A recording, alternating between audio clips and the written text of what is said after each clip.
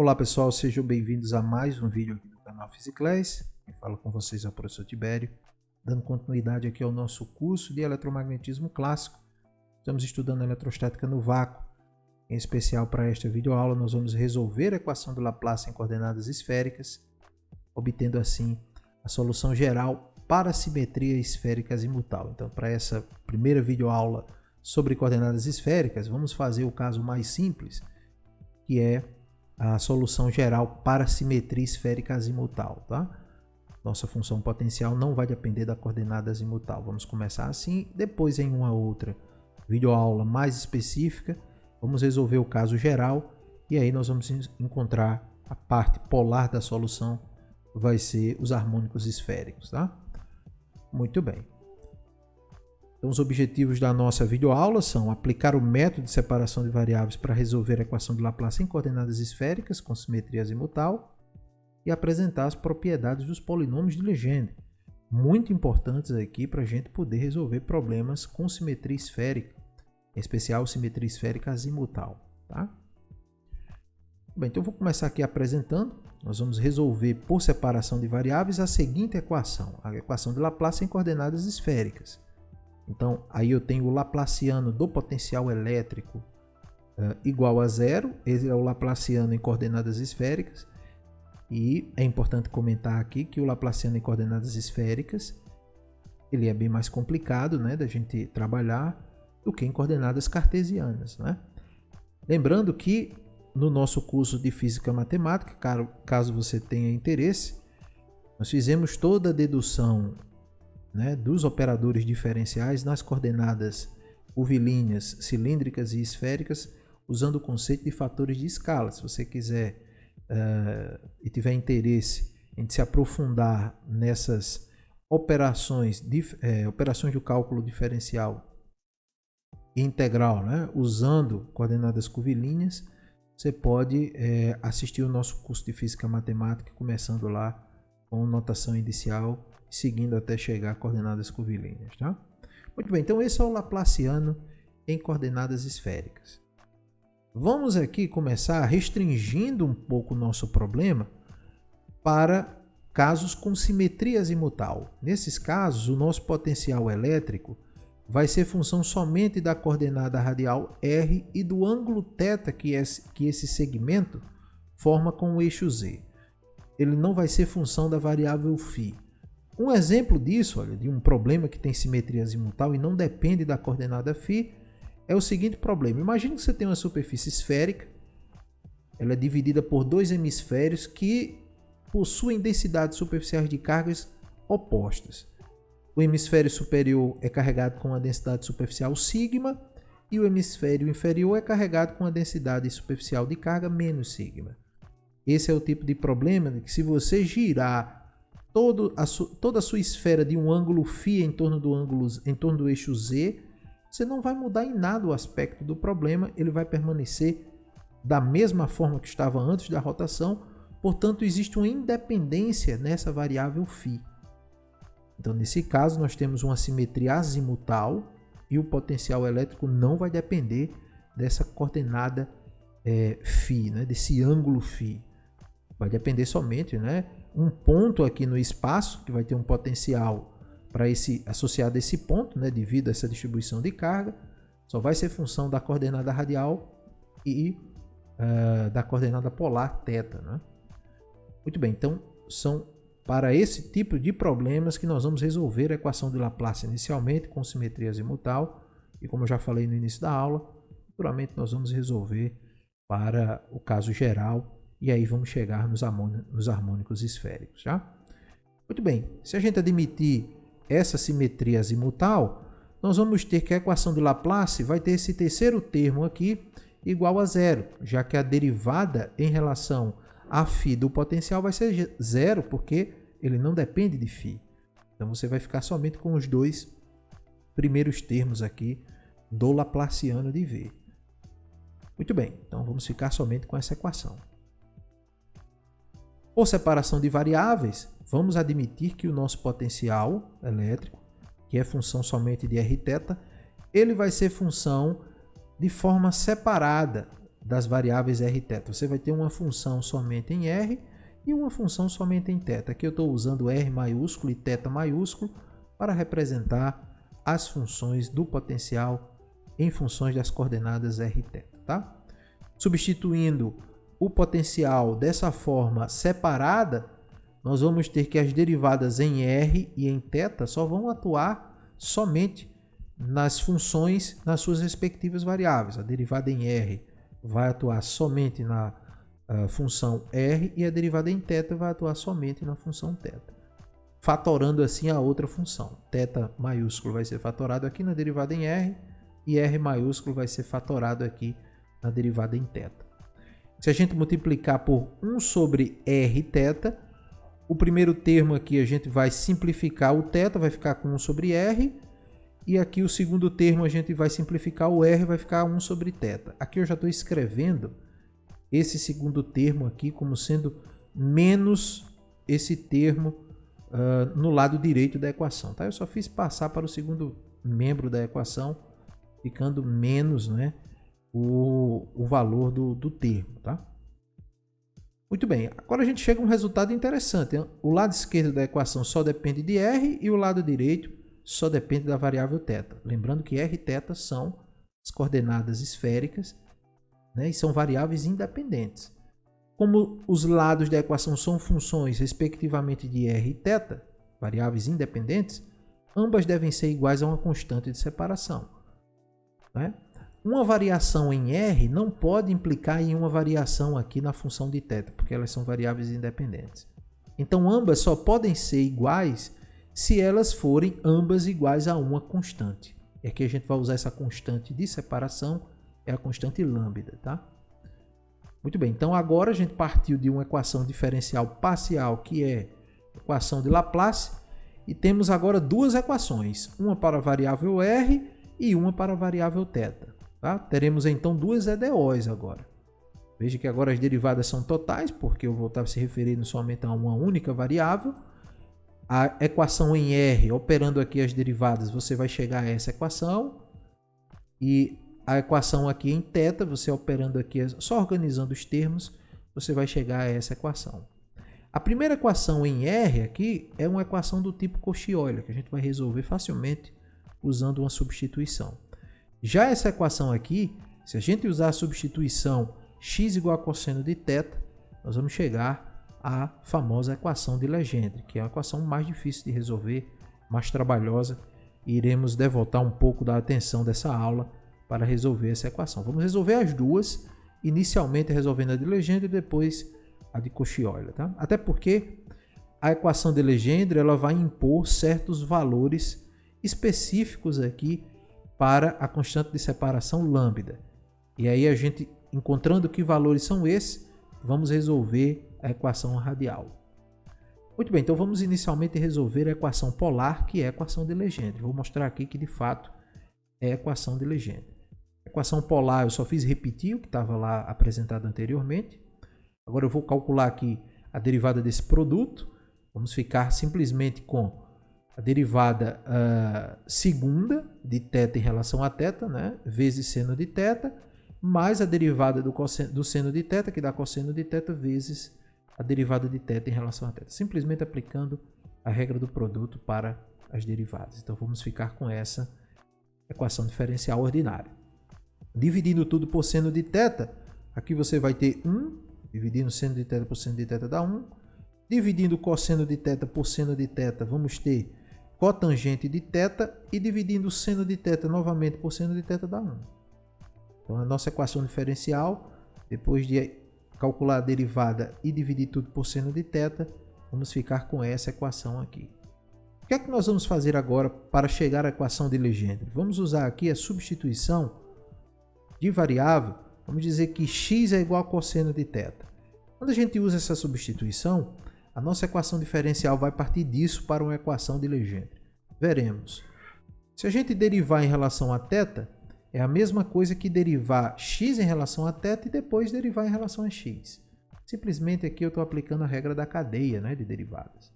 Só que derivando x em relação a θ, nós vamos chegar que a derivada do cosseno de θ dá menos seno de θ, Então, derivar em relação a θ significa multiplicar por menos seno de θ e derivar em relação a x. Se a gente agora multiplicar ambos os lados aqui dessa equação por cotangente de θ, vamos ficar com cotangente de θ vezes a derivada em relação a θ e cotangente de θ vezes menos seno, já que a cotangente é cosseno sobre seno, vamos ficar com menos cosseno.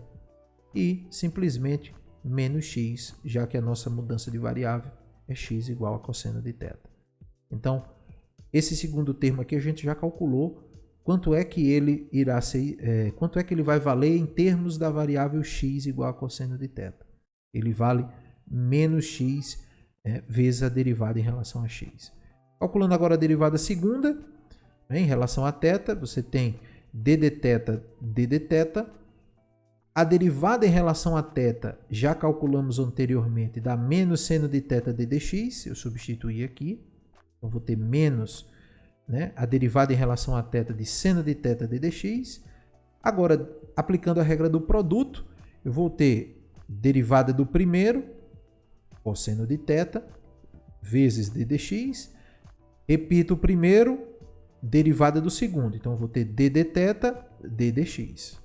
Só que d de θ, nós já sabemos que é menos seno de θ d dx. Quando eu substituir o nosso d de θ por menos seno de θ d dx, vamos ficar com menos por menos dá mais, seno vezes seno, seno ao quadrado, e d dx, vamos ficar com d2 dx2, derivada segunda em relação a x. Mas cosseno de θ é igual a x na nossa mudança de variáveis, então eu já posso trocar aqui por x. Seno ao quadrado de θ é a mesma coisa que 1 menos o cosseno ao quadrado de θ. Então eu posso substituir aqui também por 1 menos x ao quadrado, 1 menos cosseno ao quadrado. Se a gente agora substituir essas derivadas em θ, tanto a de ordem 2 como a de ordem 1, aqui na nossa equação, na variável θ, a gente vai transformar a equação que era em θ agora na variável x. Veja que aqui eu só fiz substituir a derivada segunda em relação a θ em termos de x. Vamos ficar com esses dois primeiros termos aqui. E substituindo a cotangente de θ d de θ aqui no segundo termo, vamos ficar simplesmente com menos x d dx da função θ agora na variável x. Tá? Vamos ficar com esse termo aqui. Isso aqui continua sendo θ vezes lambda, só que agora é θ em função de x. Muito bem, aqui nós vamos ter, simplificando aqui a equação, chegamos aqui à equação de Legendre.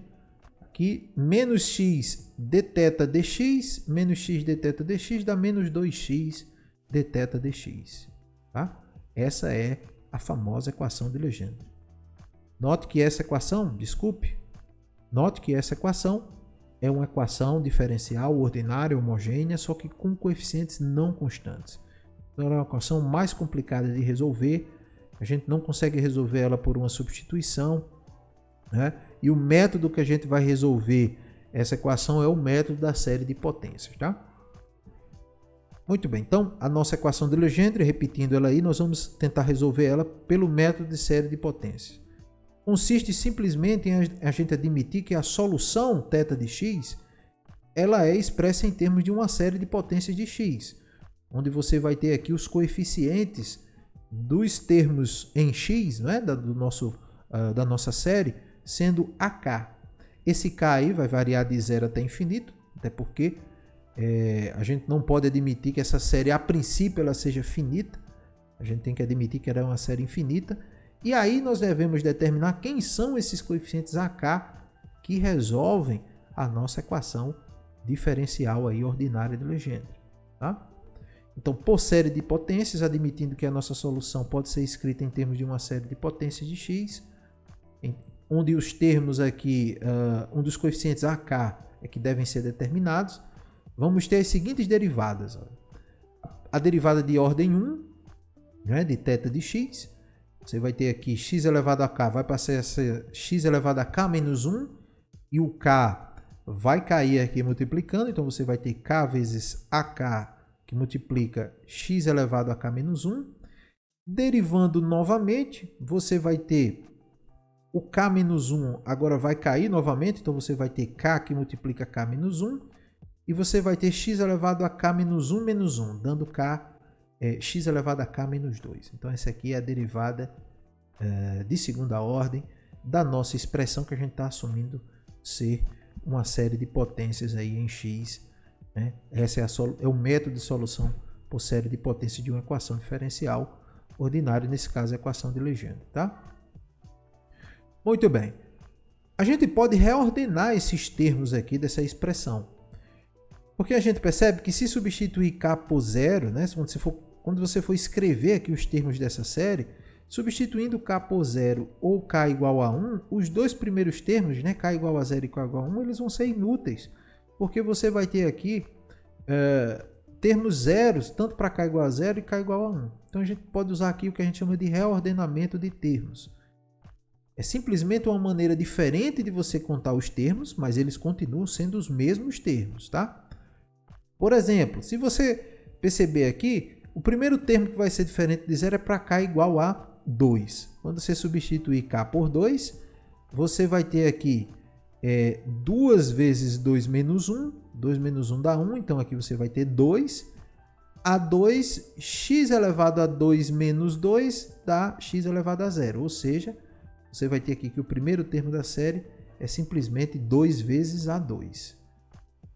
A gente pode reordenar isso de uma maneira mais eficiente, trocando k por k mais 2. E aí a gente vai evitar essa contagem supérflua dos dois primeiros termos nulos. Veja que se eu trocar aqui k por k mais 2, então vou ter aqui k mais 2, k mais 2 menos 1 vai dar k mais 1, o a de k vai passar a ser a de k mais 2, e o x elevado a k mais 2 vai passar a ser x elevado a k mais 2 menos 2, que dá x elevado a k.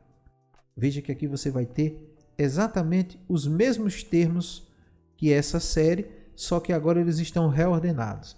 Veja que quando você faz aqui k igual a 0, 0 mais 2 vai dar 2, 0 mais 1 vai dar 1, então 2 vezes 1 dá 2. K igual a 0, você vai ter a de 0 mais 2 que dá 2 e x elevado a 0 vai dar 1.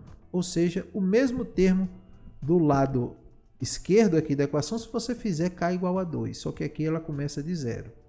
Então é um reordenamento de termos para que a gente escreva o somatório que representa aí essa série de potências de forma mais eficiente. Além disso, o objetivo principal, na verdade, é que a gente consiga escrever, quando substituir todas essas derivadas e a própria função em série de potências na equação de Legendre, a gente conseguir fatorar o x elevado a k. Porque dessa forma você vai ter x elevado a k em todos os termos. E aí você vai poder encontrar o que nós chamamos de relação de recorrência entre os coeficientes ak da série. Tá? Então é isso que nós vamos fazer. Vamos substituir aqui as derivadas na equação de Legendre. Tá? Aqui eu só fiz abrir aqui esses dois primeiros termos. A derivada de segunda ordem de θ vai vezes 1 está aqui. A derivada vezes menos x2 vai estar aqui. Então, eu só fiz abrir aqui os dois primeiros termos. Muito bem. Nesse primeiro termo, eu vou usar a série reordenada, porque eu vou ter aqui x elevado a k. É isso que eu vou substituir aqui. Olha. Esse primeiro termo, ele corresponde aqui à derivada de segunda ordem com os termos reordenados. Tá? É a derivada de segunda ordem, só que com os termos aqui reordenados. Já esse segundo termo aqui da equação de Legendre, como eu estou multiplicando por x ao quadrado, e eu quero que todo mundo apareça x elevado a k, é mais conveniente a gente usar essa expressão. Porque aqui você vai ter x elevado a k menos 2 vezes x elevado a 2, né? X elevado ao quadrado, você vai ter x elevado a k. E é isso que eu vou fazer. Substituindo aqui essa derivada de ordem 2 por essa expressão, quando eu multiplicar por x2, você vai ter x elevado a k menos 2 mais 2, vai ficar somente x elevado a k. Você simplesmente vai ter isso aqui vezes x2, aqui vai ficar x elevado a k. Substituindo agora, né, o terceiro termo, que é a derivada de θ em relação a x, que é simplesmente isso aqui. Quando eu multiplicar por x, veja que x vezes x elevado a k menos 1 vai ficar com x elevado a k novamente. E por fim, substituindo aqui a nossa função θ de x em termos da nossa série de potência, todos os termos aqui vão ficar em função de x elevado a k. Portanto, eu vou ter todos os somatórios sincronizados, tudo isso igual a zero. Então, nós podemos aqui fatorar o x elevado a k. Colocando aqui em evidência x elevado a k, né, fatorando o x elevado a k, você vai ter um somatório, né, uma série de potências aqui de x elevado a k, e todos esses coeficientes aqui, para que isso represente aqui um polinômio nulo, né, independentemente do valor de x, todos os coeficientes devem ser iguais a zero aqui para essa equação. Nesse caso, os coeficientes para essa série é tudo isso aí que está entre colchetes que eu estou evidenciando aí na apresentação. Então você vai ter que esse colchete vai ser igual a zero. Quando eu digo que isso aqui é igual a zero, nós chegamos a uma equação entre os coeficientes a de k mais 2 e os coeficientes a de k. Isso quer dizer que a gente chega a uma relação de recorrência. Aqui eu estou só simplesmente isolando a de k mais 2 e escrevendo em termos de a de k. Isso quer dizer que eu ainda não encontrei quem são esses coeficientes, mas eu encontrei uma relação entre eles. Isso quer dizer que o a de k mais 2 depende do a de k através dessa relação. É uma relação de recorrência. E o que é que a gente percebe? A gente percebe que você vai ter duas séries possíveis, porque se você começar com A0, você vai ter termos de 2 em 2 pares, ou seja, A0. Se você trocar aqui o K igual a 0, o que você vai ter aqui é A2. Se você trocar aqui o K por 2, o que você vai ter aqui é 4. Isso quer dizer que você vai ter uma série par, se você começar com K igual a 0, e você vai ter uma série ímpar, se você começar com K igual a 1. Então, você vai ter para K igual a 0, você vai ter 0, 2, 4, 6, 8 e assim por diante, números pares. E para K igual a 1, você vai ter 1, 3, 5, 7, 9 e assim por diante. Tá? Então é isso que essa relação de recorrência está nos dizendo.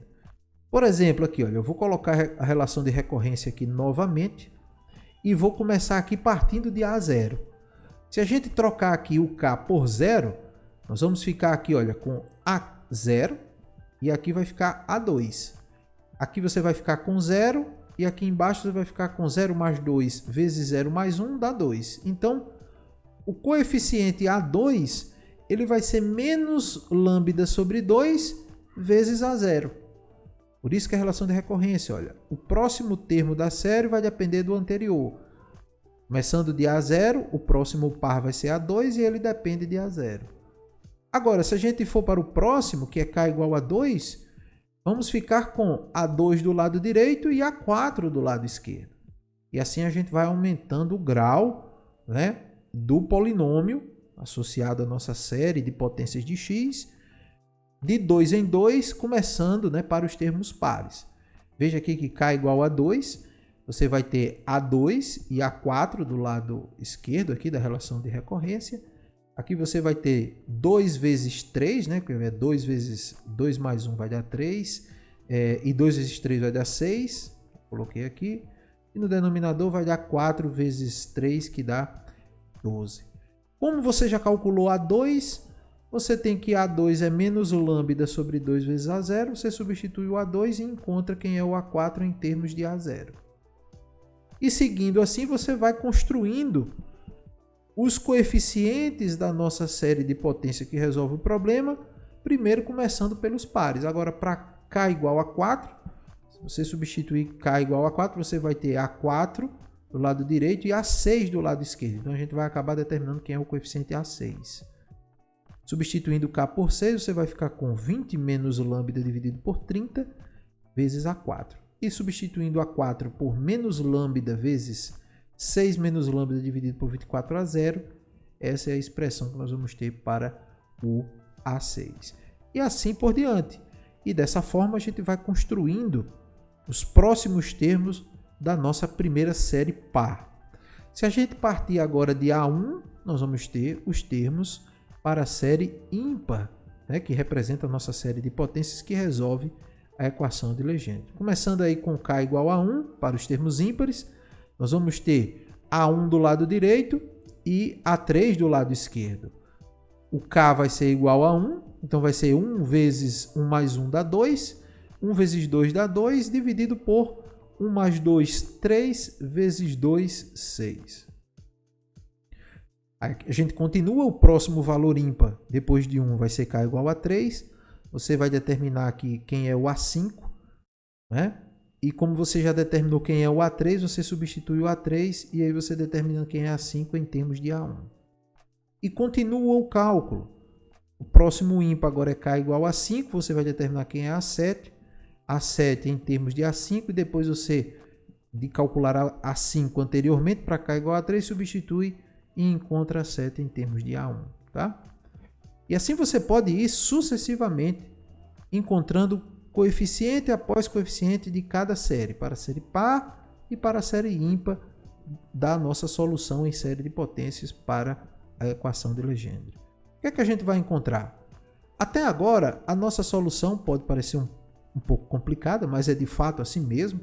Vamos começar a discutir um pouco mais da física dessa solução para a gente reduzir essa expressão para algo mais palpável, né? Para a gente entender melhor. Mas até agora, matematicamente, usando série de potências, a função θ de x que nós encontramos é, na verdade, a combinação de duas séries. Uma série par, né? Começando por A0. Aqui você tem, olha, todos os termos de x, você vai ter somente potências pares, né?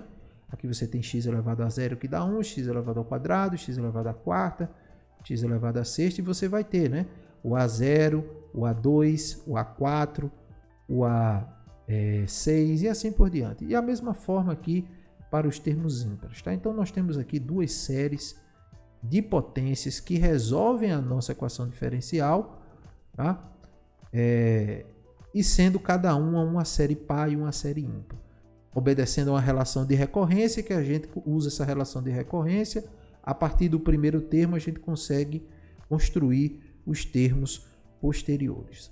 Muito bem, então vamos agora aplicar um conceito físico para a gente começar a reduzir essa expressão.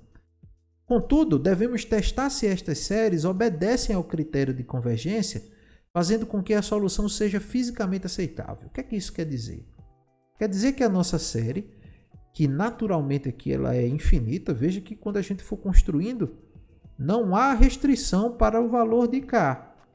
Você pode colocar o valor de K que você quiser e chegar aí ao coeficiente que você quiser. São séries infinitas, tá? Só que, como isso representa uma quantidade física, que é o potencial elétrico, essa série, mesmo sendo infinita, ela deve convergir para todos os valores de x possíveis para um valor finito. Ela deve ser convergente. Isso deve representar um número finito, de tal maneira que o potencial elétrico aí representado por essa função θ de x seja uma quantidade finita, como de fato é. Então, vamos aplicar um teste de convergência para saber quais os valores de x essa série converge ou não. Ela deve ser convergente para todos os valores de x. O teste que eu usei aqui para fazer é o teste da razão. É o teste mais usual que a gente aplica aqui para estudar a convergência de uma série, tá? Mas você tem outros testes também que pode ser aplicado, mas eu vou escolher aqui o teste da razão. Simplesmente o teste da razão, você calcula o limite do K, né, que representa o grau do nosso polinômio, né, tendendo a infinito, da razão do termo posterior da série dividido pelo termo anterior. Ou seja, a razão entre o termo posterior para o termo anterior da série. Então, quando a gente fizer esse limite, isso tem que dar menor do que 1. Né? Pensando aqui em termos dos módulos. Tá? Isso aqui tem que dar menor do que 1. Muito bem. Só que aqui entenda o de K como sendo o nosso termo geral da série. Aqui é multiplicando o coeficiente por x elevado a K. Tá? Então vamos aplicar o teste aqui para a nossa série de potências aqui. Muito bem, dividindo aqui os termos gerais, nós vamos ter A de K mais 2, que multiplica x elevado a K mais 2, esse é o termo posterior da nossa série, e o termo anterior vai ser A de K vezes x elevado a K. Lembrando que a nossa série sempre ela salta de 2 em 2 termos, né? Por isso que você tem termos somente pares e termos somente ímpares. Então, vou ter o U de K mais 1, que representa o termo posterior, ele é A de K mais 2 e x elevado a K mais 2, e o termo anterior é A de K vezes x elevado a K. Isso vai ser verdade se K for ímpar ou par. Isso aí vai ser verdade para as duas séries. Muito bem, só que essa razão aqui, A de K mais 2 dividido por A de K, é a própria relação de recorrência que nós encontramos para a nossa série de potências aqui que resolve o nosso problema, que é simplesmente essa expressão aqui, tá? Quando você faz K tendendo a infinito, a regra de L'Hopital aqui para essa expressão dá simplesmente igual a 1, né? Porque você vai ter um limite do tipo infinito sobre infinito. Quando você derivar duas vezes em relação a K aqui no numerador e aqui no denominador, essa razão vai dar igual a 1 no limite de K tendendo a infinito. Aqui você vai ter x elevado a K mais 2 dividido por x elevado a K. Então você vai ficar com x ao quadrado. Isso quer dizer que a nossa razão entre o termo posterior da série e o termo anterior, aplicando aqui o teste da razão, ele dá x ao quadrado. Note que se você tiver aqui um valor de x igual a 1, ou x igual a menos 1 também, né? Menos 1 ao quadrado ou 1 ao quadrado vai dar igual a 1, e não menor do que 1, como deveria dar aqui para o teste da razão. Isso quer dizer que, aplicando o teste, a convergência ela não está definida para x igual a 1. Note que para x igual a mais ou menos 1, o que corresponde a θ igual a 0 ou θ igual a π, né, já que x é igual a cosseno de θ, o teste da razão não apresentará convergência definida. Para os demais valores de x entre menos 1 e 1, a nossa razão vai ser menor do que 1, obviamente. Então ela vai convergir. Mas para x igual a mais ou menos 1, você não tem convergência definida. Isso é um problema, porque seria dizer que, por exemplo, se isso representasse diretamente o potencial, e de fato representa, é a parte da solução polar que resolve a equação do Laplace, né? Isso não teria um valor finito para representar o potencial. Você teria uma série infinita que não seria convergente. Isso não pode acontecer aqui na hora da gente pegar uma série para representar uma quantidade física, né? O que é que nós vamos fazer para resolver esse problema aí de falta de convergência em x igual a mais ou menos 1? Aplicaremos um processo de truncamento da série. Um truncamento consiste em a gente parar a série em algum grau, né? A gente vai parar ela em algum valor de k aí, para que a série não seja infinita e assim ela não seja convergente para x igual a mais ou menos 1, tá? Esse processo de truncamento ele vai fazer com que a nossa solução seja agora finita, né? A nossa série seja finita, seja um polinômio, né? Ela vai passar de uma série infinita agora para um polinômio de um certo grau aí que vai ser definido, tá? Vamos explicar agora como é que é esse processo de truncamento. Veja que se você agora estipular que a sua constante de separação, lambda, é igual ao produto de um inteiro, nesse caso aqui um inteiro positivo, né? Incluindo também o zero, você tem aqui um lambda igual a L vezes L mais 1, o L é esse inteiro positivo, podendo ser igual a zero inclusive, certo? Se a gente admitir que a nossa constante de separação é escrita dessa forma, com L sendo inteiro, o numerador da razão, no teste, ele se anula para o determinado valor de L. E a série que antes era infinita, passa a ser finita, ou como a gente chama também, truncada. A relação de recorrência fica agora da seguinte forma. Veja como a gente vai fazer forçar esse truncamento, ou seja, a série vai deixar de ser uma série infinita e ela vai parar em algum valor de k.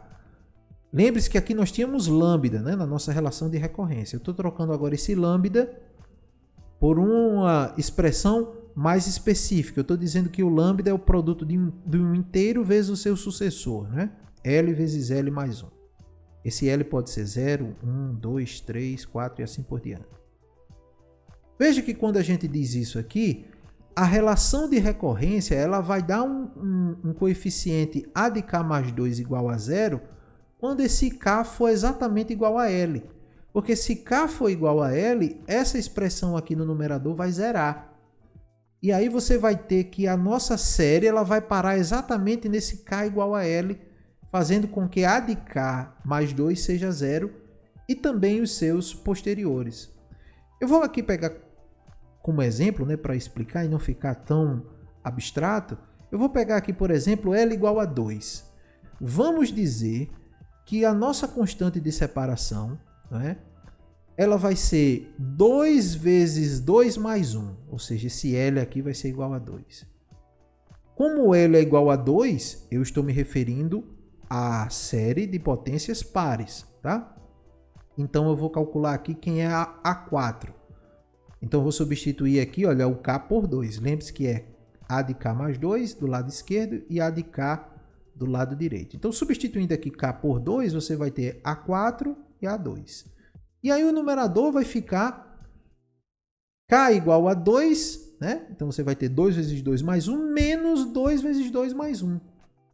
Então, neste caso, como eu disse que o L é igual a 2, e aí o lambda vai ser 2 vezes 2 mais 1, o A4 para a série de potências pares vai dar 0. Se ele vai dar 0, e como a relação de recorrência vai repetir esse resultado para os termos posteriores, ou seja, A6, A8, A10, A12 e assim por diante, todos eles vão ser nulos.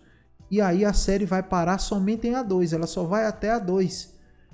E aí nós truncamos a série, ela passa de uma série infinita e agora passa a ser um polinômio.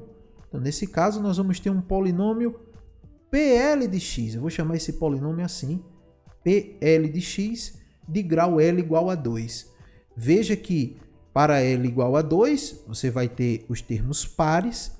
Os termos pares aqui seriam A0, A2, A4, A6.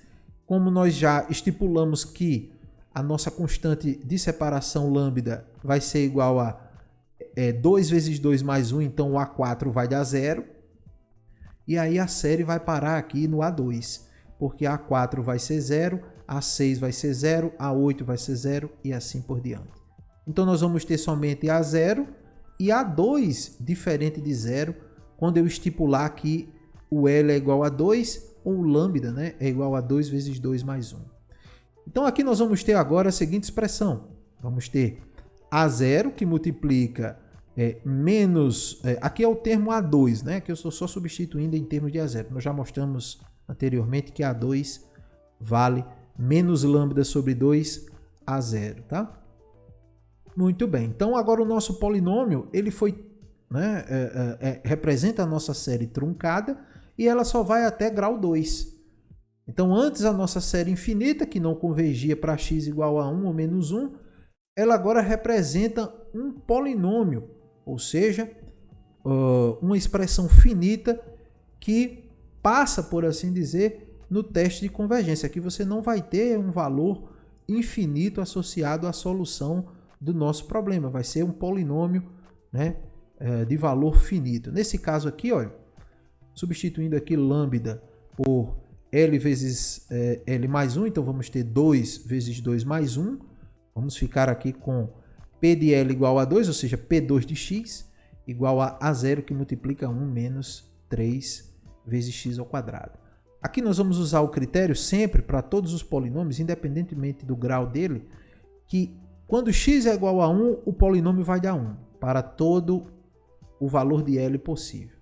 Então aqui é com esse critério que a gente vai determinar ou o A0, se for um polinômio de ordem de grau par, ou o A1, se for um polinômio de grau ímpar. Então aqui fazendo a substituição, x igual a 1, você vai ter A0 que multiplica 1 menos 3 igual a 1, e a gente tira que A0 é igual a menos meio. Dessa forma, para L igual a 2, nós vamos ter o nosso polinômio de grau 2, que vai ser 1 meio que multiplica 3x² menos 1. Se você quiser escrever em termos de cosseno de θ, é só trocar x por cosseno de θ, você vai chegar a 1 meio de 3 vezes cosseno de θ² menos 1. E esse é o polinômio de grau 2, né? Que resolve a equação de Legendre, né? Deixo aí como exercício para o leitor substituir essa função na equação de Legendre e mostrar que ela realmente é solução, né? Você pode substituir na equação em θ ou na equação em x, se você preferir, tá? Muito bem. Então eu tenho aqui agora um polinômio que vem da nossa série infinita. Agora ele é só um polinômio, então ele é uma expressão finita, tá? E de grau 2. Isso quer dizer que a série vai parar aqui, né? No grau 2. Ela não vai continuar infinitamente. Ela vai ser truncada. Vamos pegar aqui mais um exemplo. Para L igual a 3, a nossa relação de recorrência vai... como L é igual a 3, nós estamos se referindo aos termos ímpares, né? Então nós vamos ter que A1 e A3 vão ser diferentes de 0, mas quando você chegar no A5, ou seja, você vai fazer K igual a 3, né? Você vai ter A de K mais 2 com K igual a 3 vai ser 3 mais 2, 5. E A de K do lado direito você vai ter A3. Aqui você tem K igual a 3, 3 vezes 3 mais 1. Só que como o lambda é igual a L vezes L mais 1 e L é igual a 3, você vai ter o numerador igual a 0. E aí o nosso coeficiente A5 da série de potências, né, ímpares vai dar 0. Isso implica dizer que todos os outros ímpares posteriores a A5 vão dar 0 e a série vai ser truncada, ela vai parar ali em A3.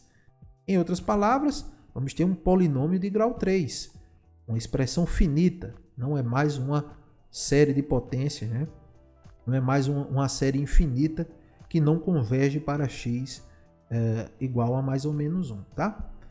Aqui eu já estou representando o que a gente já calculou lá para k igual a 3, certo?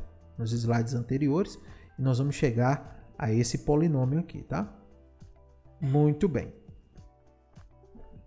Agora, a gente calculando aqui quem é o valor de A1, a gente usa de novo aqui o critério P de x igual a 1 de L igual a 1. A gente vai fazer aqui, olha, substituindo aqui o x por 1. Você vai ficar simplesmente com 1 menos 5 terços, né? A resposta vai dar menos 2 terços. Então, você vai ter menos 2 terços vezes A1 igual a 1. Isso quer dizer que A1 é igual a menos 3 meios.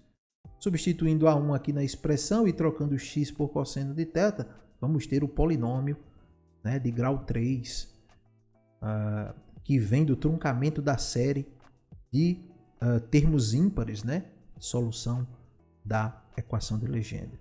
Muito bem, se você continuar com esse processo, né, você vai obter o que nós chamamos de polinômios de Legendre, que são os polinômios que vêm do truncamento dessa série infinita, portanto são expressões finitas, né? São polinômios que resolvem a equação de Legendre, né, para diferentes valores de L. Esse L aí pode ser 0. Os casos 0 e 1 são triviais, né, porque já representam, né, os coeficientes A0 e A1. Você vai ter A0, como o critério diz que quando x é igual a 1, o polinômio tem que ser igual a 1, então você vai ter o próprio valor 1. E quando você tem o A1 vezes x, o A1 tem que ser igual a 1, porque você vai ter x igual a 1 igual a 1, né? P de x igual a 1 vai ser igual a 1. Então, os dois casos iniciais são triviais.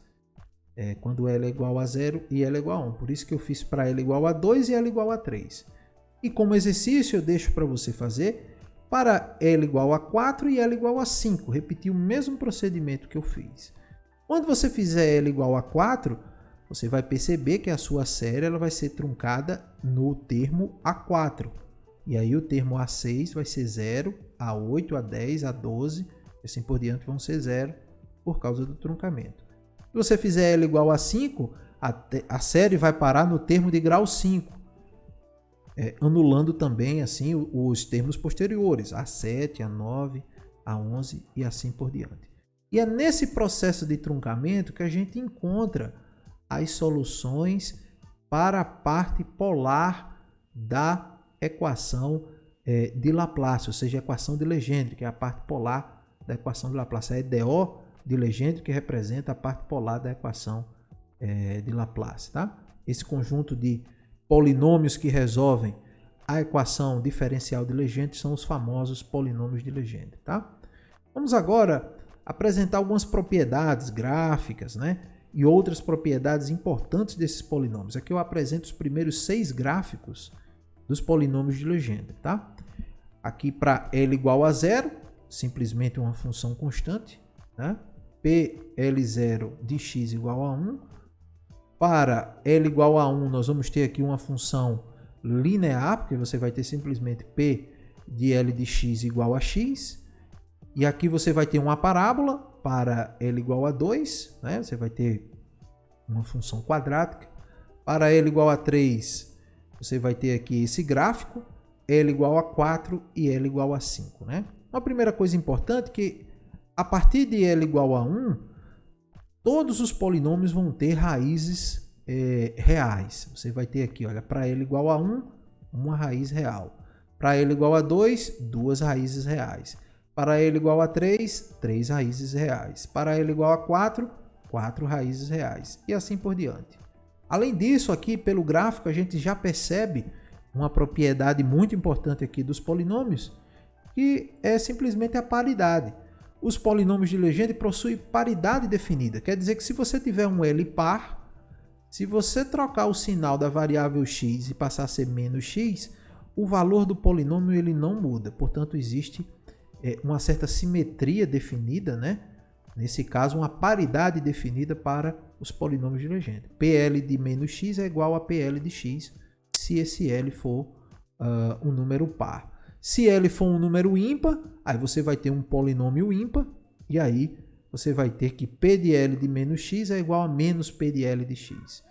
De forma resumida, você pode escrever que essa paridade definida é expressa por essa equação. P de L de menos x é igual a menos 1 elevado a L, P de L de x. Se L for um número par, menos 1 elevado ao número par vai dar 1. Você tem o primeiro caso, né, para L igual a par. E se o L for ímpar, menos 1 elevado a um expoente ímpar, isso aqui vai dar menos 1. E aí você vai ter o segundo caso. Inclusive, nós vamos usar isso para resolver alguns problemas, né, em que a distribuição de cargas ou o potencial numa superfície esférica obedece a uma certa paridade já definida. Então, nós vamos usar essa expressão aí importante da paridade definida para os polinômios de Legendre. Agora vamos apresentar a propriedade mais importante aqui dos polinômios de Legendre, que vai ajudar muito a gente a resolver problemas aqui em eletromagnetismo, que é a ortogonalidade dos polinômios de Legendre. Para a gente poder falar em ortogonalidade de funções, né, é um conceito de álgebra linear. Então, se você não está familiarizado com a álgebra linear, eu vou tentar fazer uma analogia mais simples possível para não entrar muito, até porque eu não deduzi, né, essa expressão. Para isso eu vou reservar uma aula específica em física matemática para a gente poder apresentar a dedução dessa ortogonalidade, tá? E eu vou tentar ser o mais claro aqui possível usando a analogia com vetores.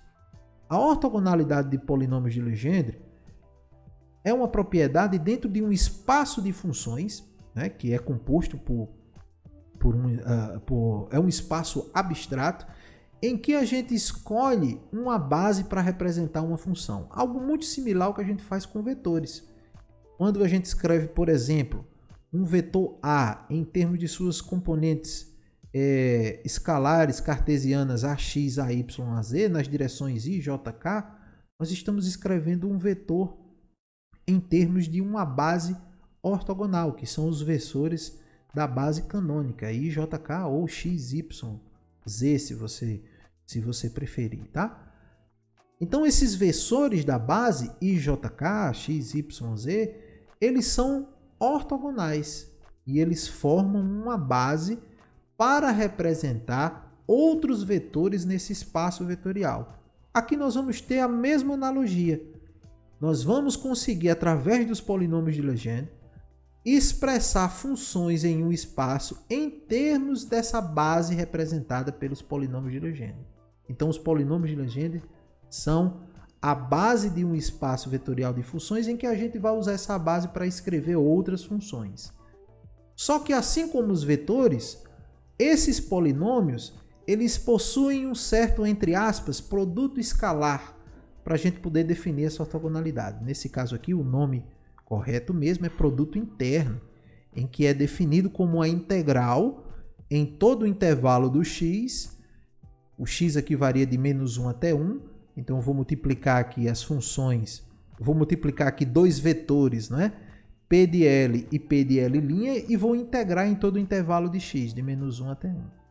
O interessante é que a gente tem aí alguns resultados para essa operação desse produto interno, não é? Você vai ter aqui, olha, se L for diferente de L', independentemente dos valores, basta eles ser diferentes, basta que eles sejam diferentes, essa integral, esse produto interno vai dar zero. Isso aqui no nosso contexto mostra que se você pegar numa base dois vetores diferentes e fizer o produto interno entre eles, isso vai dar zero. Por exemplo, na base canônica, né, no espaço que representa os vetores, se você fizer o i escalar j, o i escalar k, k escalar j, se você pegar qualquer par de vetores diferentes na nossa base ortogonal, o produto escalar vai dar zero. Aqui é algo similar, só que a gente está se referindo a vetores como sendo funções. E a nossa operação de produto escalar é, na verdade, um produto interno que é expresso através de uma integração. Tá? Muito bem. Agora, se eles forem iguais, né, no caso do nosso espaço vetorial no V3, né, o espaço V3, você vai ter I escalar I vai dar 1, J escalar J vai dar 1 e K escalar K vai dar também 1. Só que aqui é um pouco diferente, porque você vai ter, olha, se L for igual a L', essa integral aqui de P de L vezes P de L', que aí você pode simplesmente dizer que é P de L ao quadrado, ou P de L' ao quadrado, já que L é igual a L', nesse segundo caso que eu estou considerando, a resposta vai ser 2 dividido por 2 vezes L mais 1. Tá? Então, essa integral expressa a ortogonalidade dos polinômios de Legendre. Ou seja, nós podemos usar esses polinômios como uma base no espaço de funções e escrever outras funções em termos desses polinômios. Tá? Se a gente escrever aqui, por exemplo, x como cosseno de θ, a integral, em vez de ficar em x, ela vai ficar em θ. E nesse caso, nós vamos ter a integral polar, né? Porque dx vai ser menos seno de θ dθ. Eu vou pegar esse sinal de menos e vou trocar aqui a ordem dos nossos limites aqui da integração. Quando o cosseno dá -1 é porque o θ é igual a π, não é? Cosseno de π igual a -1. E aqui, em vez de colocar aqui embaixo, olha, eu coloco aqui em cima π, já que eu estou trocando a ordem aqui dos limites por causa do sinal que vai aparecer aqui, né, da diferencial de x. Tá? Muito bem, em termos de θ, a integral que representa a ortogonalidade para os polinômios de Legendre é essa daqui. Muito bem, eu não falei sobre esse símbolo, né? Se você não está acostumado com esse símbolo, você não está acompanhando o nosso curso de Física Matemática, esse é o símbolo conhecido como delta de Kronecker. Ele simplesmente é uma maneira de você dizer que um resultado dá só 0 ou dá 1. Se L for diferente de L', isso aí vai dar 0. Se L for igual a L', isso aí vai dar 1. Então, de tal forma que se você tiver L igual a L', a resposta vai dar 2 sobre 2L mais 1. E L diferente de L', isso aqui vai zerar tudo e você tem polinômios ortogonais. Nesse sentido, nós dizemos que os polinômios de Legendre formam um conjunto completo de funções para o espaço de funções. Isto quer dizer que podemos expandir funções de potencial elétrico ou de densidades de cargas em superfícies esféricas através de séries de Fourier-Legendre.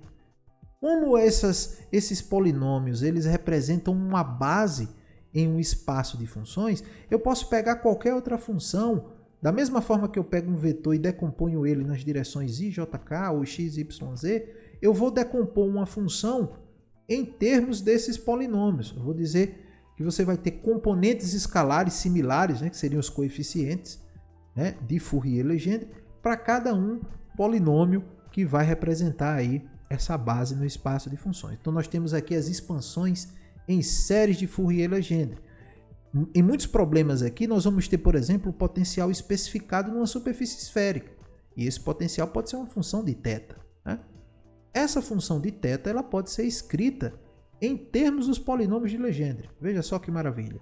Aqui você pode escrever uma função no espaço de funções em termos de uma base ortogonal de funções. Como você tem um conjunto infinito de polinômios, você vai ter também aqui um conjunto infinito de, entre aspas, né, componentes escalares. Essas componentes aqui representam os coeficientes de Fourier-Legendre da nossa expansão aqui de Fourier-Legendre. E você não está restrito a isso somente para a função potencial. Por exemplo, o problema que eu apresentei, na verdade a geometria, né, não foi um problema, mas que eu apresentei no começo da aula, dos hemisférios lá, né, a superfície esférica ela tinha metade o hemisfério superior com carga uniforme positiva e o hemisfério inferior com carga uniforme negativa.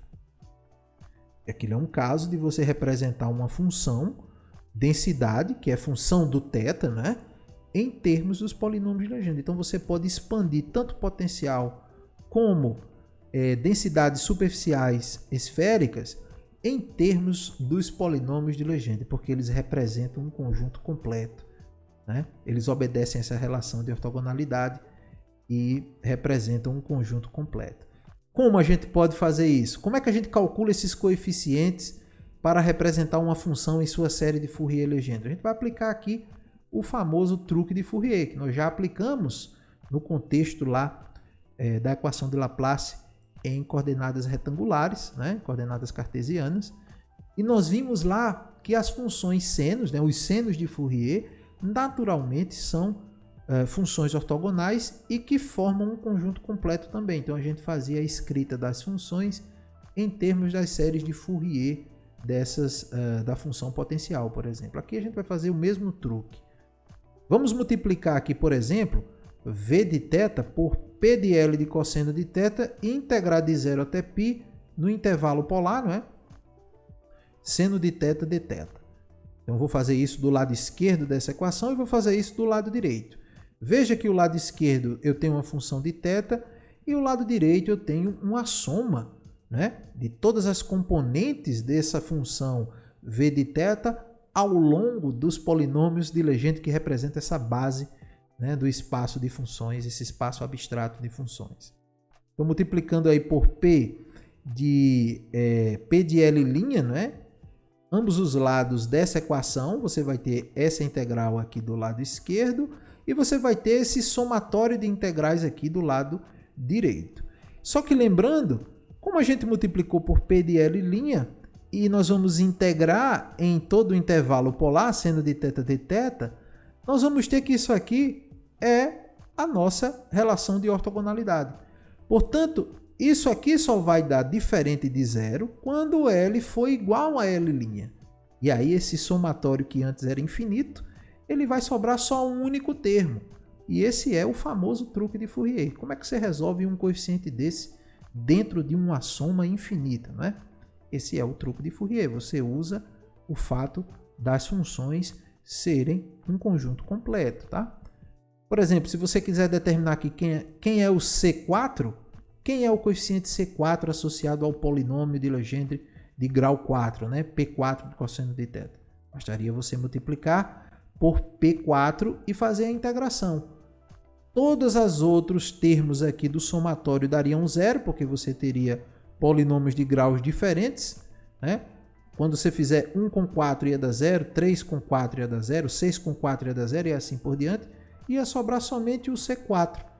Portanto, de forma genérica, esse somatório aqui só vai sobrar o único termo que é para o L igual a L'. E nesse caso o somatório vai passar a ser o único termo, né? 2 vezes CL dividido por 2L mais 1. Isolando aqui o CL, a gente encontra os coeficientes de Fourier-Legendre das nossas expansões aqui. Nesse caso aqui, a expansão para o potencial.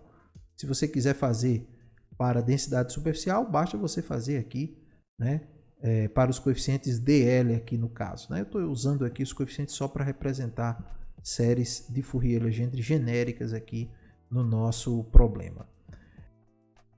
Muito bem, uma vez resolvendo a parte polar da equação, vamos agora resolver a parte radial da equação. Nós já encontramos que a parte polar tem como soluções, né, os polinômios de Legendre. Agora nós vamos resolver a parte radial.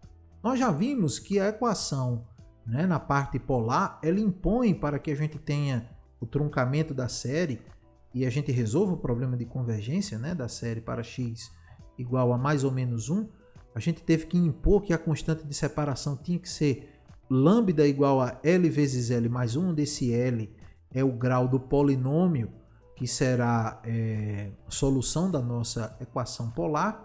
Então a gente já sabe que lambda é igual a L vezes L mais 1, então nós vamos substituir o lambda aqui na nossa equação radial justamente por L vezes L mais 1. Tá? Essa equação, lembrando, é uma equação do tipo Cauchy-Euler, e que você consegue resolver facilmente usando a substituição do tipo R igual a exponencial de t. E aí a gente vai transformar essa equação diferencial ordinária, que é na variável R, para uma equação diferencial ordinária na variável t. Aqui, no caso, os coeficientes não são constantes na variável R, mas nós veremos que na variável t, a equação diferencial que a gente vai obter possui coeficientes constantes, portanto, mais fácil de resolver. Se a gente disser que R é igual a exponencial de t, t vai ser igual ao logaritmo natural de R, tá? Vamos converter aqui as derivadas. A primeira derivada que eu vou calcular é a derivada de R em relação a R minúsculo, né? A função R em relação à variável R. Aplicando aqui regra da cadeia, vamos ter que dt dr é igual a dt dr vezes dr dt, corresponde à derivada de R em relação a R. Apenas aplicando a regra da cadeia. Só que usando a substituição que nós estamos propondo, a derivada de t em relação a R, ou seja, derivando o logaritmo natural de R em relação a R, dá simplesmente 1 sobre R, vezes a derivada, né, de R em relação a t. Então aqui a gente já consegue converter a derivada em R para a derivada em t de primeira ordem. Tá? Se você multiplicar aqui por 2R, você vai ter que 2R vezes dr vai dar 2 vezes dr dt. É isso que nós vamos, inclusive, substituir aqui nessa expressão. Tá? Agora, calculando a derivada segunda em relação a R, então eu vou ter ddr dr, só que dr é 1 sobre R dr dt, como nós já calculamos aqui anteriormente. Aqui, de novo, eu vou ter uma regra da cadeia. Derivando 1 sobre R em relação a R, você vai ficar com menos 1 sobre R ao quadrado, dr dt. Continuando aqui a regra, né, do produto, você vai ter 1 sobre R ddr de dr dt. Muito bem, só que aqui dr nós já sabemos que equivale a 1 sobre R ddt. Portanto, substituindo aqui, vamos ficar com 1 sobre R vezes 1 sobre R ddt. Vamos ficar com 1 sobre R ao quadrado e a derivada segunda de R em relação a t. Multiplicando tudo aqui por R ao quadrado, vamos ter simplesmente essa expressão. R ao quadrado d2R dr2 dá menos dr dt mais d2R dt2. E é isso que nós vamos substituir aqui na equação radial. E agora, substituindo na equação, olha, basta você trocar isso aqui na equação. Vamos ficar com esse primeiro termo. Esse menos dr dt com 2 vezes dr dt que vai aparecer aqui, olha, na substituição desse segundo termo, vamos ficar com 2 menos 1, 1 dr dt. E aqui eu repeti o menos r que multiplica o lambda, né, que é a nossa constante de separação, L vezes L mais 1. Agora, a nossa equação diferencial, ela é simplesmente uma equação diferencial ordinária homogênea com coeficientes constantes, que a gente pode resolver através de equação característica. Basta a gente admitir que a solução R de t agora, né, ela é do tipo exponencial de um eta de t, ou seja, uma função exponencial de t, como a gente resolve equações diferenciais ordinários com coeficientes constantes e homogêneos, tá? A equação característica nesse caso vai ser uma equação quadrática, trata-se de uma equação diferencial ordinária de segunda ordem. As soluções dessa equação quadrática são facilmente encontradas pelo método, né, de solução de equações de segundo grau. As duas soluções vão ser L e menos L mais 1, de tal maneira que a nossa solução radial, se você escrever aqui primeiro em função de t, né, você vai ter exponencial da primeira raiz vezes t, no caso exponencial de L vezes t, e exponencial da segunda raiz, né, que é menos L mais 1 que multiplica t. Então isso aqui seria, inclusive, a nossa solução em função de t. Você tem as duas exponenciais e aí aqui eu tenho uma combinação linear representando a solução geral. Se você quiser expressar em termos de R, somente de R, e tirar a dependência em t, já que a nossa solução era só função de R mesmo, exponencial de t é igual a R, e aí você vai ter R elevado a L aqui nesse primeiro termo, e R elevado a menos L mais 1 nesse segundo termo, que você pode passar para o denominador, ficando R elevado a L mais 1 aqui no denominador, tá? A e B aqui são constantes a serem determinadas, né, por condições impostas aqui no nosso problema.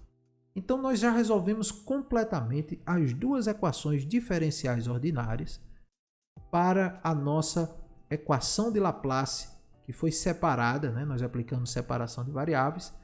Na parte polar, as soluções são os polinômios de Legendre, e na parte radial, nós vamos ter essa solução. Então, nós vamos compor agora a solução geral da equação de Laplace em coordenadas esféricas para problemas com simetria esférica azimutal, tá? Então, devido à solução da equação de Legendre permitir que L seja qualquer inteiro positivo, né, incluindo também o zero, tá? Então, o L pode ser 0, 1, 2, 3 e assim por diante. Teremos um conjunto infinito de soluções, de tal maneira que a solução geral V de Rθ, que é o produto das duas funções que nós já resolvemos, né? O R de R e o θ de θ é uma combinação linear de todas as soluções possíveis. Nesse caso, eu coloco aqui de novo as nossas soluções. Aqui está a solução da parte radial, equação de Cauchy-Euler, e está aqui a solução, né, da equação de Legendre, que são os polinômios de Legendre. Para escrever a solução geral, eu tenho que multiplicar as duas e não só isso. Como o L pode ser qualquer valor inteiro positivo, incluindo o zero, você vai ter aqui uma combinação linear de todos os valores possíveis para esse L, tá? E os coeficientes A e B, eu agora faço questão de colocar um índice L, porque eles podem ser diferentes para cada termo dessa combinação linear. Então, de forma geral, sem a gente aplicar para nenhum problema a princípio, essa é a solução que vai resolver todos os problemas para coordenadas esféricas com simetria azimutal. Então, esta é a solução geral da equação de Laplace em coordenadas esféricas para problemas com simetria azimutal. Os problemas de valor de contorno consistem em determinarmos os coeficientes AL e BL que se adequam às condições impostas pelo problema. Como exemplo, eu vou mostrar aqui para vocês um problema que nós vamos resolver na próxima videoaula, que é o problema da esfera condutora posta em campo elétrico uniforme.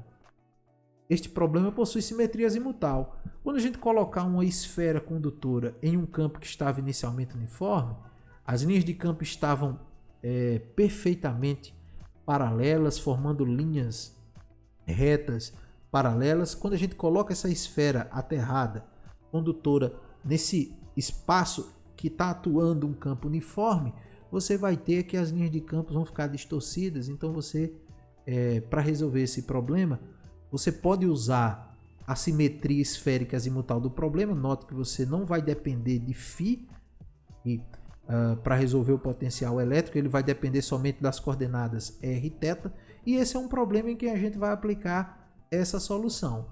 Vamos aplicar as condições tanto de fronteira para o potencial como outras condições para determinar quem são esses coeficientes AL e BL aqui na expressão da solução geral, tá? Então, eu vou deixar para uma próxima videoaula a aplicação de um problema, já que essa aula se estendeu bastante. Ela foi somente para a gente resolver a equação de Laplace, coordenadas esféricas, com simetria azimutal, para a gente chegar à solução geral. E agora a gente vai pegar essa solução geral e vai aplicar para diversos problemas. Muito bem, então eu vou encerrando por aqui. Espero que vocês tenham gostado do vídeo. Se gostou, deixe o like para fortalecer o canal, compartilhe o vídeo.